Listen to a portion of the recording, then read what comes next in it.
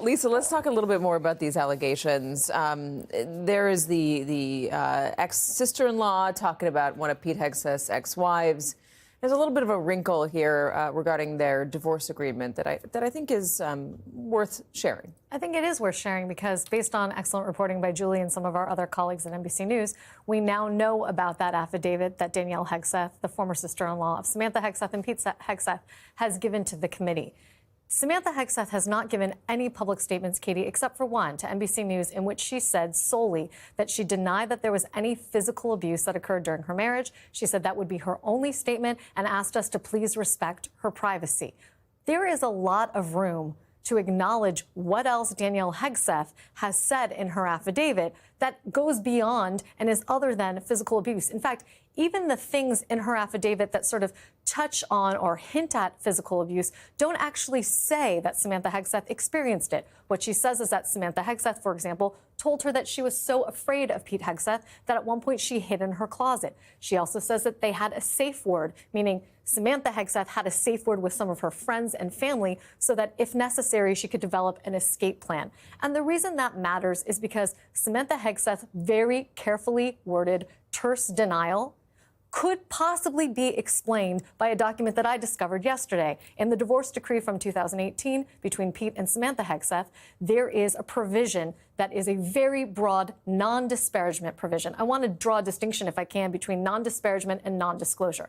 Non-disclosure agreement or provision says, I cannot talk about X, I will not talk about event Y. That's not what this is. What it says, though, is that neither of the former Hegseth wife or Pete Hegseth will engage in any public discourse, including through the traditional media or social media, that could disparage the other. And given how much of that is open to interpretation, that could explain why Samantha Hegseth won't say anything at all. She has allegedly spoken to the FBI. We have reported that. But in terms of her willingness to engage publicly, she has said almost nothing at all beyond denying the physical abuse, which, of course, leaves room for the veracity of much of what Danielle Hegseth says, including about his alcohol abuse, his racist and misogynistic comments, and, most importantly, the fact that Samantha Hegseth, at various points in their marriage, told Danielle Hegseth she was fearful for her own personal safety. Is Pete Hegseth the only person that Donald Trump can appoint to this role? Is there anybody else in his orbit that would be qualified and that maybe doesn't have this sort of potential baggage? Yeah, probably 10 million people. I mean, this is the most... That would work for Donald Trump. I mean, at least dozens, right? I mean, this is the most unqualified, extreme, and disqualified candidate I've ever seen in my life for any cabinet What if position. it was DeSantis? I'm sorry.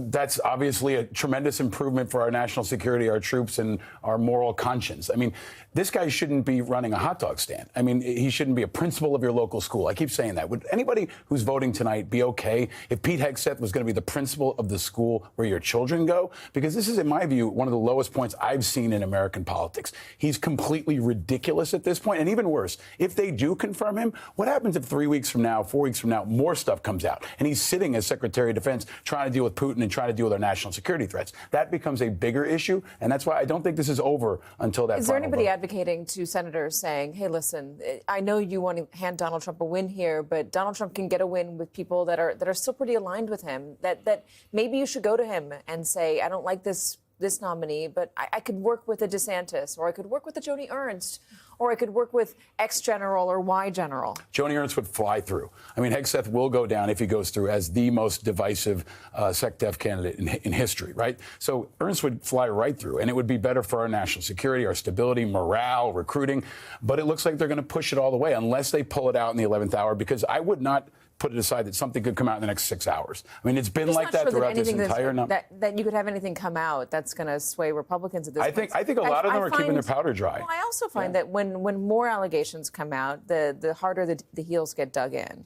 I mean, Bret Stephens was arguing that Hegseth was looking like a very rocky confirmation until the Jane Mayer piece came out about his history, his past with drinking, his the accusations of But a lot of people harassment, thought all of that stuff made it more imperative for Republicans to confirm him. Yesterday, a lot of people thought that Collins and Murkowski were lost, right? And now we're talking about Tillis. There's still good questions even about McConnell. Yeah. I mean, this is going to be on Friday night for the entire world to see. And I hope that everybody's making this case, to, not just to President Trump, but to those Republicans who can make a difference here and can put our national security over partisanship and over loyalty to Donald Trump. Courtney was telling me, Courtney Kubi, who does our Pentagon reporting, says that there's a lot of, he's a divisive figure within the Pentagon as well, that there are people that think he's completely unqualified, don't want him anywhere near it.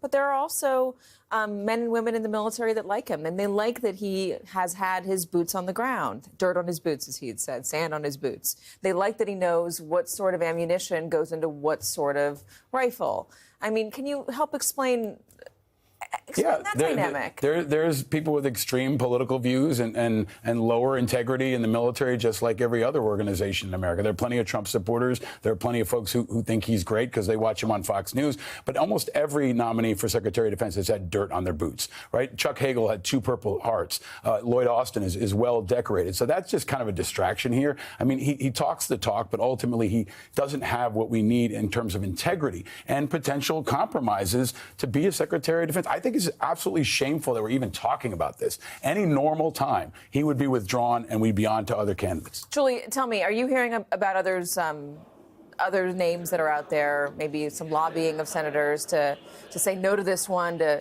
say yes to a DeSantis, yes to a Joni Ernst? Is there anybody else that you're hearing about?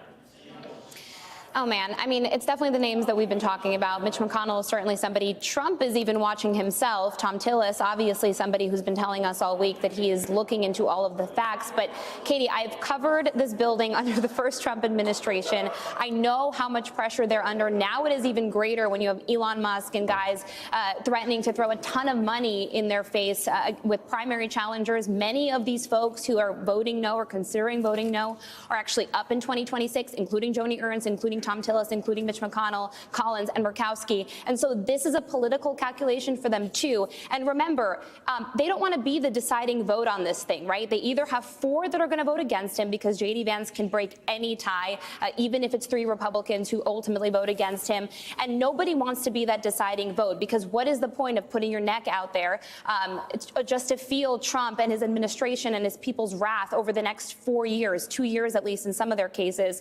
And so this is a super big decision for them. It is why you hear somebody like Tom Tillis saying that he's doing his due diligence. He's trying to talk to witnesses. He's trying to corroborate this information from Danielle Hegseth.